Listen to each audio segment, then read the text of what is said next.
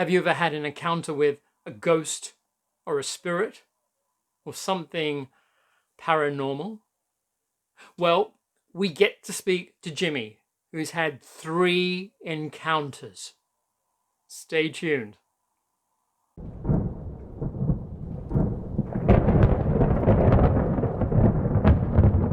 So welcome back to the Brac Shop, the portal to the bizarre, the strange, paranormal, and spiritual. Because where there's dark, there's light. And I'm Tom from the shop. So welcome back. Now, on this episode, we get to speak to Jimi, who's had a paranormal encounter.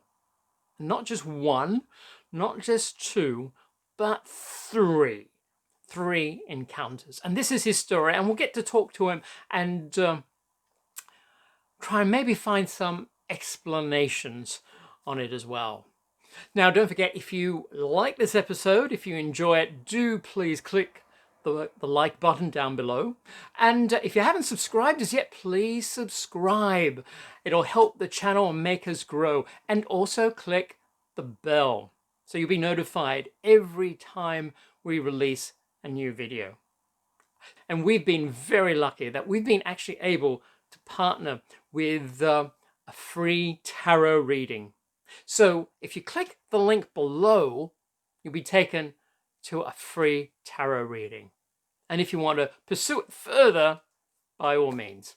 But I had a go, and it was quite uncanny. The same sort of cards I have been drawing up lately. I mean, if you want to see the episode where I talk about the tarot cards, and this is only the Rider-Waite tarot cards, but I've been pulling up a lot of cards lately, and it's strange how they seem to say the same thing.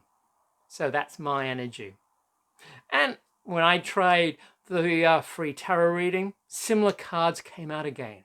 So what do you think? Why don't you have a go? Try the free tarot reading and see what you like, and please pursue it further if you'd like to know more. The link is down below. So here's Jimi to tell us about his encounters with the paranormal.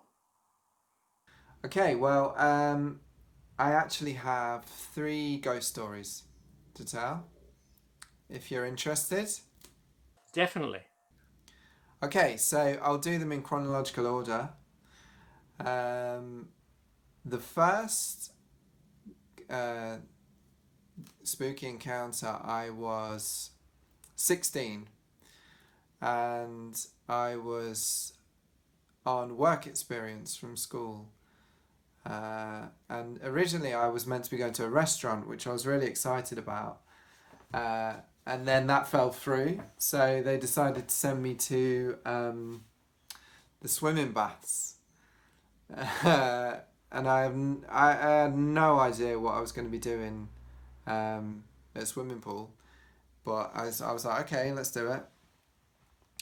So it was my first day at St.Margaret swimming baths in Leicester, and they were giving me a guided tour. The janitor was giving me a guided tour of the place, and we'd seen the pool area, the changing rooms and all that stuff, you know, the where you pay and all that. And then he took me down into the basement where they have it's where they heat the water. So they've got these huge kind of this huge heating system. Like the boilers. Boilers, that's it, yeah. So he takes me down to the basement, the boiler room, and I'm kind of looking, I'm like, all right, you know, being as interested as a 16-year-old kid might be about a boiler room. And then he goes, oh, I'll be back in a sec. Didn't say where he was going, and he left. I was like, okay. And then I'm standing there looking at one of these huge boilers and kind of like the dial on it, you know, telling you how hot it is. Yeah. and there's no one else there. It's like the only sound was kind of the sound of the boilers. It was quite loud, and I look over to my right, and standing there in the middle of the room, it's a huge room.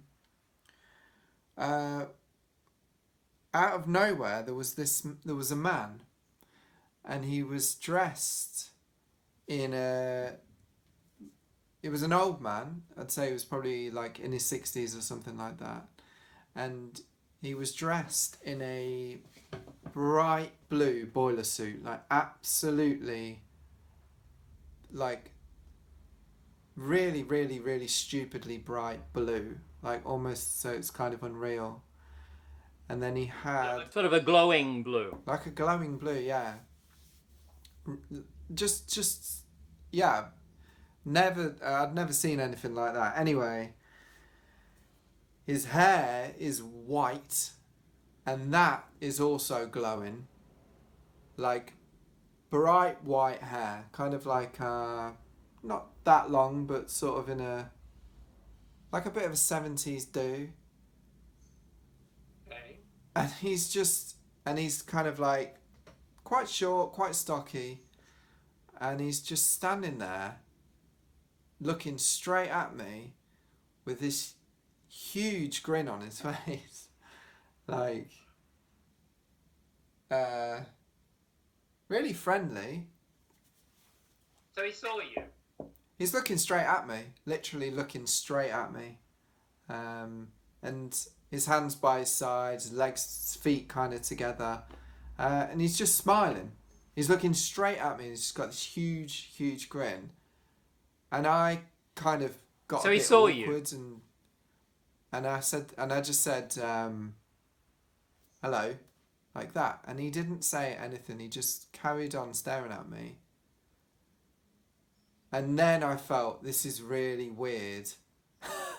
So I just turned back to kind of pretend to look at the dial on the boiler, just because I found it so awkward. And then I kind of dared to look back, and he'd gone. He'd just gone. Wow. And are you sure he was looking at you or wasn't looking through you? He was looking at me. He was looking straight at me, straight at me. Because there are some spirits or ghosts that you hear that are they'll just keep doing what they're doing, and it's like a bit like a replay of the surroundings, and they don't have any interaction with the other person. And there are other spirits and ghosts that you can actually like have a conversation with them. And yeah, so I was just trying to work out which one this was. So he just disappeared then. Yeah. And then he didn't come back, and then your employer came back down, I presume. Well, yeah. So he disappeared, and I kind of was like, like couldn't work out what was happening, and there was so where he was a huge space, and behind that there was like a corridor, but it was like far too far away for him to have gotten there in that amount of time. So the guy disappeared, and I didn't have time to kind of like think about like what has just happened before the caretaker shows up, and the caretaker comes back, and I guess I was quite shocked, and I just said, "Who's that old man?"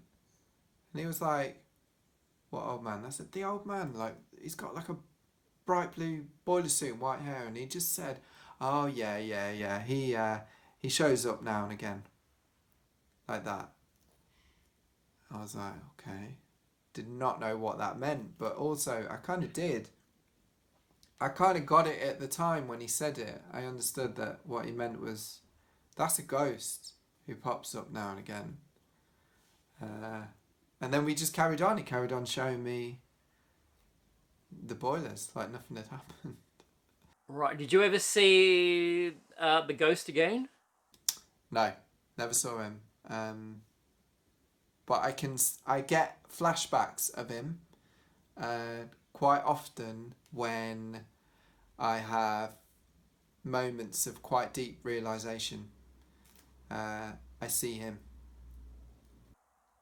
As in, what do you mean by that? As in remembering him, or like he actually appears in front of you, or Like a what vision do you mean? in my head, so I guess a memory. Um, Right. but it's the timing of it that It it comes back at particular he moments. does, and he has a real positive message, I think. All right.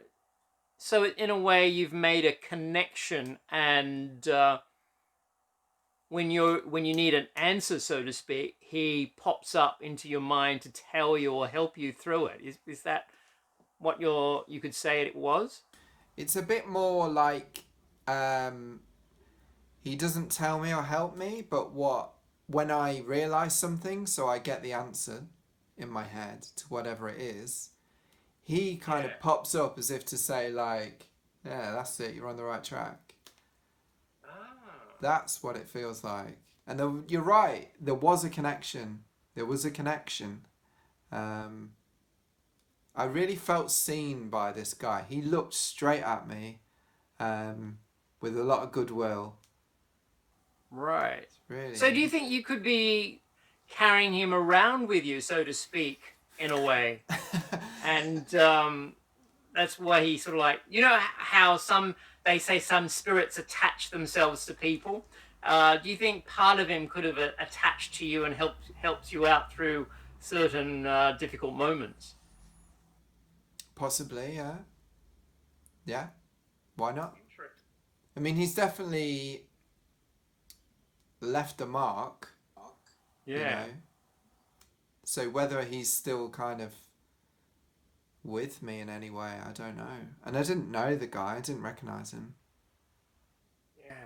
And were you ever able to find out the history? Like, did the caretaker ever told you someone had died down there, or something happened down there, or anything? No, not that I can remember. I don't think there's any story. But I should Google that. I Yeah, you should I should. should check that out. I can't believe I've not until now.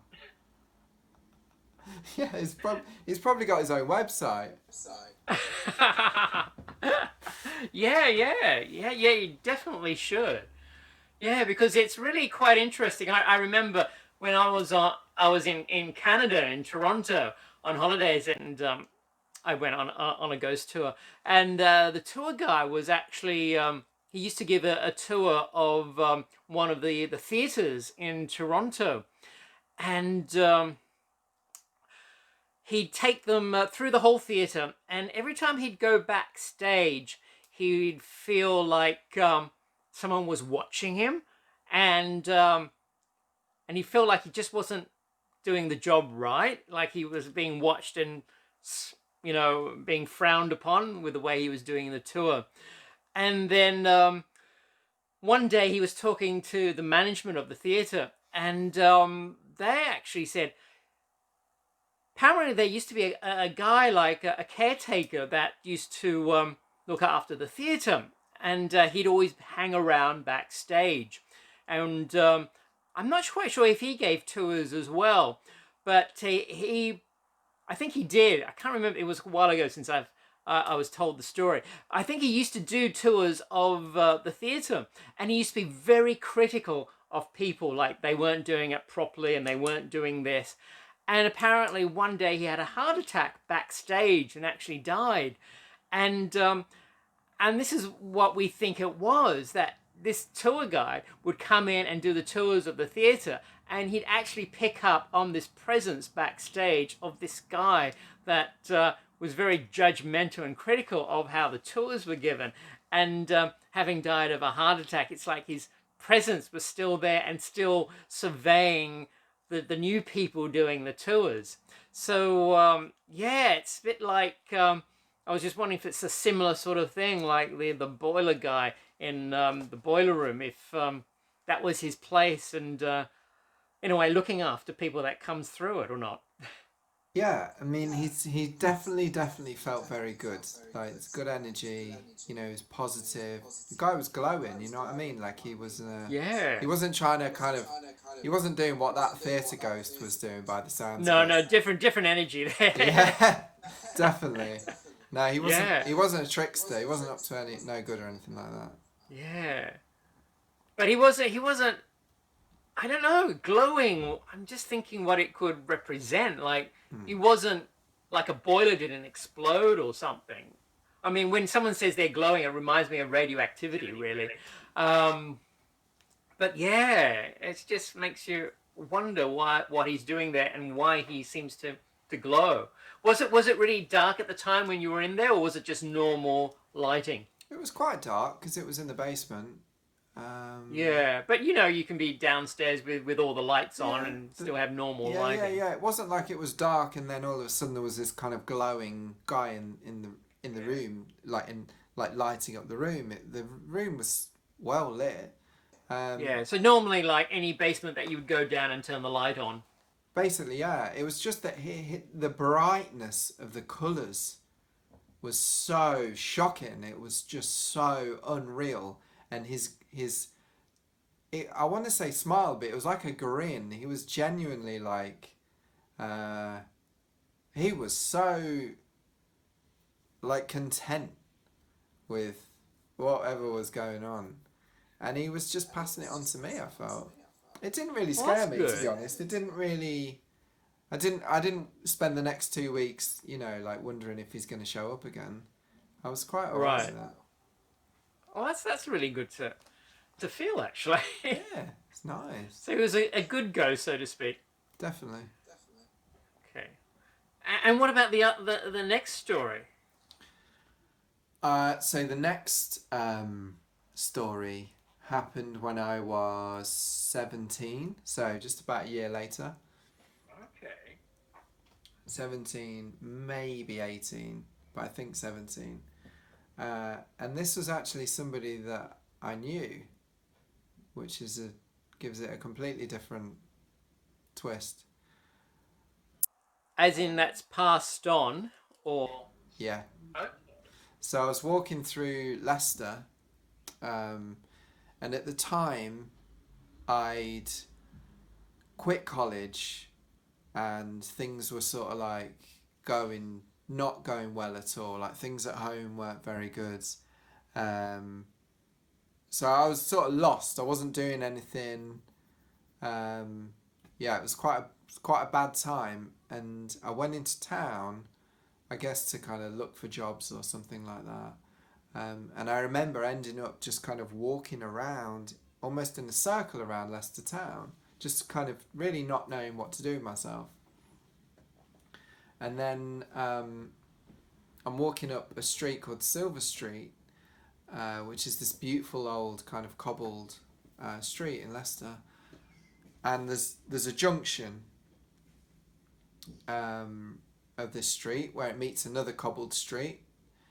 And as I'm walking up, people are kind of walking out from, across as I'm walking up. And as I'm walking up, I just kind of see out the corner of my eye this man walking quite fast, actually, steady pace. And he just catches my attention because he looks like he just stands out from everyone else. And he's got this long hair. It's like a hippie kind of guy. And he just turns his head and looks straight at me. And I just, yeah, he keeps walking. As he's walking, he's still looking at me. And then he just looks away. And I didn't know what to do because it was my neighbour, John, who had died maybe like 3 or 4 years ago. But you didn't call out to him or anything. Absolutely just terrified, I think. I was just so shocked. Wasn't someone that looked like him. It could have been. Could have been. Um, could have been, and it could have been my state of mind that was sort of playing tricks on me. But it really, really kind of felt like it was him, and he looked straight And were at you me. close to him? Like quite friendly with him? Or was he just a neighbour that you never spoke to? No, I was friendly with him. I didn't see him that often, but when my hamster was broke its leg, he came round and kind of took care of that. He got it out of the cage, and it was biting his hand, and he did it anyway. And I really loved him for that. I really liked him a lot. He was a bit of a hero for me because of that. And then and then he died. Young, like probably 30s. And then I felt otherworldly, you know, that feeling when you see a ghost. It's just, this isn't like seeing anyone else. This is something else. Yeah, it's really, And really and scary. and you were saying that you were quite down at the time when you were walking around Leicester in circles when you saw him. Did you feel better after that? Did things improve? Or I'm not sure. I don't yeah, I'm know. just thinking if his appearance would have been significant for some reason, and to I don't know, make you think about him, refer, or just to help you out, maybe. I'm just wondering if things changed and things fell into perspective or something like that. Maybe they did. Maybe I can't like kind of pinpoint that. You know, with an events that followed, like it had any Yeah. positive effect. But it kind of did feel like uh, it shook me up. It woke me up because I was just walking in circles around town, feeling depressed and like not knowing what to do with myself. And then all of a sudden, this thing happens, and it made me kind of feel like, whoa, what's going on? You know, Brought you there's back. yeah, in a weird kind of way. Maybe it did have an effect. I'm sure it had an effect. I just can't remember Yeah, sounds like it. in what way. So in a way, he could have been probably watching over you. In a way, you could say. Yeah, it could have been. Could have been, yeah. Wow. So there could be spirits and ancestors, so to speak, sort of like still around us, watching over us, you could say. I don't see why Yeah, not. I mean, definitely. yeah, don't see why not at all. Wow.